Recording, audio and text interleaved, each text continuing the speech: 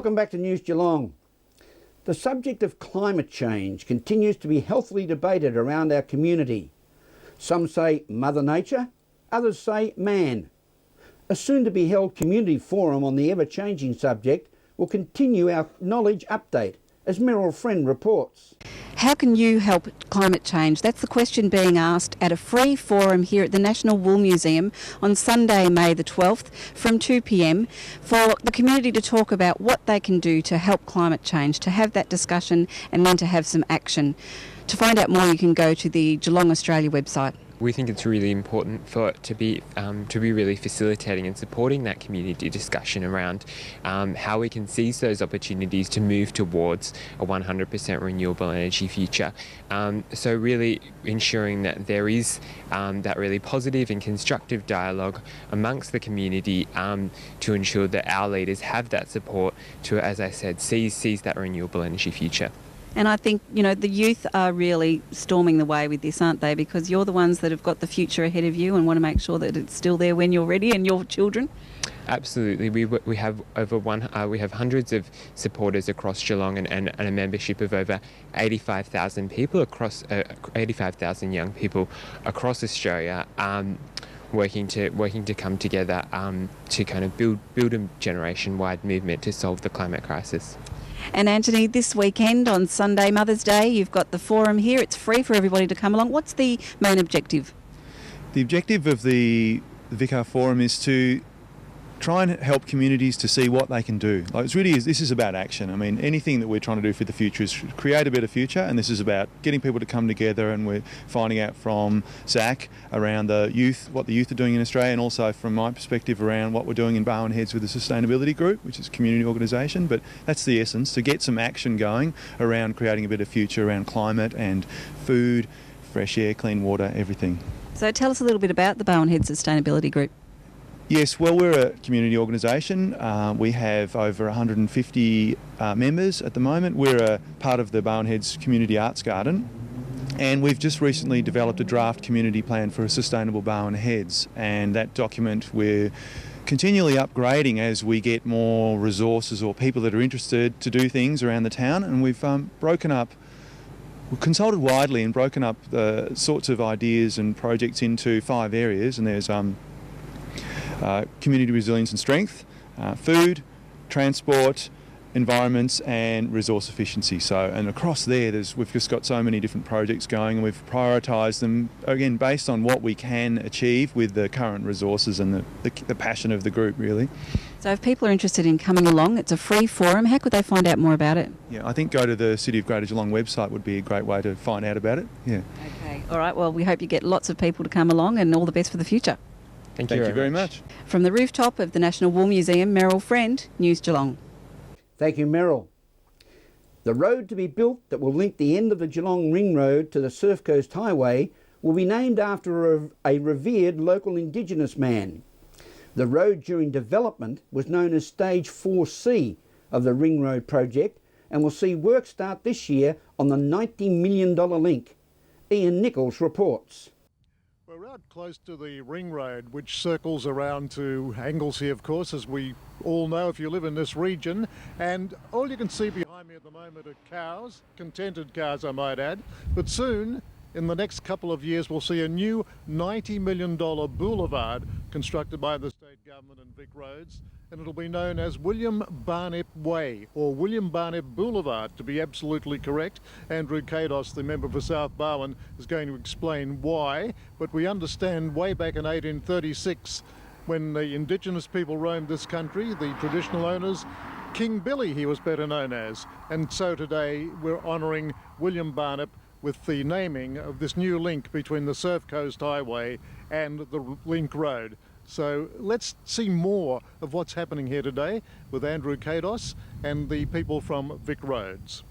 It is a great honour to acknowledge the history of this country and this land, especially this section of land, prior to settlement. I think we need that acknowledgement. We need a coming together of both Aboriginal and non-Aboriginal history and culture as a way of moving forward from as part of reconciliation, as part of living together, and this is a great country. Let's acknowledge the history. Well, we've certainly acknowledged William Barnett. He lived around this region for a very long time, born, I believe, back in 1836. Well before my time, but I'm proud to be here to represent him as one of the ancestors of Wadawurrung people, and a very famous one too. You today have taken quite a deal of pride in announcing the name of this link road, as we call it, but it's going to be a very special boulevard. Yeah, it is a distinctly different part of the ring road. It's not going to be a freeway as such as the rest of the ring road is. It's a boulevard, so it's a two-lane road at the start with trees down the middle, and it will have traffic lights along the link to the Surf Coast Highway. So it is a separate part of the ring road. It will form an arterial road, which for connections for the future. So it is important that that it is named differently. It's not a section of the ring road. It will not serve that purpose. But obviously the other added benefit of naming the road is to honour one of the Wadawurrung elders in William Barnett, who lived in this region, born here in 1836, and it is fantastic to be able to honour him and also honour his ancestors who are here today.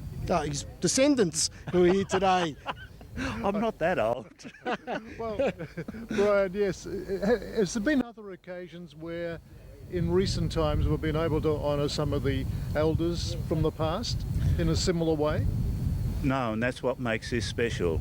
It is the first time there has been a Wadawurrung boulevard named, but to honour a person and an esteemed ancestor of ours in such a way, this is the first time it's happened, and it is a very moving moment. Well, let's hope it's not the last, because I think it's going to make it more aware of what we're really about. It's been a long time in the planning, probably going back 3 to 4 years now, but we're now at the stage where all the planning issues have been resolved. We're just starting to acquire the land we need for the project, and just about to go out to tender to get prices for the work. So overall time frame would be to have a contract awarded by the end of this year, and probably about a 2.5 year time frame for delivery. So through to early 2016 we think we'll have it complete. Well, there's going to be an enormous amount of development around here, and obviously the need for such a link road is becoming absolutely essential. Yeah, I guess that's the idea about the planning, to make sure that we're keeping a step ahead of the development. So when there is development in this part of Armstrong Creek, the infrastructure's already there, and Barnett Boulevard will be the first step in that infrastructure, and the rest will roll out as the development proceeds. We might just pan our cameras around, and perhaps you could just point out exactly. We can see the Gazapur Road over there, but it goes a lot further than that, doesn't it, over towards the Anglesey Surf Coast section there. It's just inside it from where we're standing today. That's right, about a kilometre and a half directly west of us is the interchange with the Ring Road and Anglesey Road.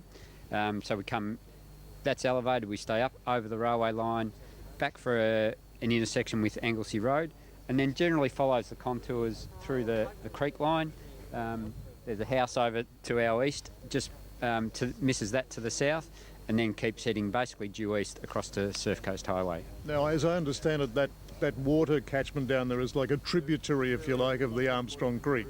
That's right. It's pretty seasonal as well. So they're things that we'll need to take into account when we're designing and constructing the road, but it's not a major waterway by any means.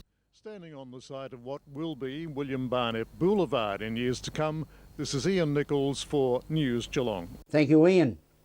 Now to the weather for the Geelong and the Surf Coast for the next 6 days. Tomorrow, Saturday, we can expect a sunny day, great for football, with light northerly winds, and netball with a top of 24. For Mother's Day on Sunday, we can look to a cloudy day with patchy rain developing from around midday and a top of 21. Monday will continue to be partly cloudy with an isolated shower or two and a top of 16. While Tuesday will be partly cloudy with isolated showers and also an expected top of 16. Wednesday will continue with the autumn weather being cloudy with isolated showers, and guess what? A top of 16. While Thursday will be cloudy with some sunny periods and a top of 17. Today was mostly sunny with the occasional northerly breeze. We reached a wonderful top of 24. That's the weather outlook for Geelong and the Surf Coast over the next 6 days of autumn. As we go to a break, watch for your special segments of News Geelong on YouTube and keep up to date with us through Twitter and Facebook. We'll return with more news after this.